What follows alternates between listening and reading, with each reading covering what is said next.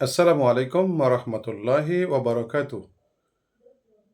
কখনো কোনো মুদির দোকানে বা কোনো ব্যবসা প্রতিষ্ঠানে গিয়ে দেখলেন যে ব্যবসাদার, দোকানদার নামাজে দাঁড়িয়ে গেছেন। হয়তো কোনো কারণে মসজিদে যেতে পারেন নাই। একটু অপেক্ষা না করেই অন্য দোকানে চলে গেলেন। না, তা না করে একটু অপেক্ষা করুন। অপেক্ষা করে ওই দোকান থেকেই কিছু জিনিস কিনুন। তাহলে নামাজের প্রতি সম্মান দেখানো হয় এবং নামাজের প্রতি মহব্বত দেখানো হয়।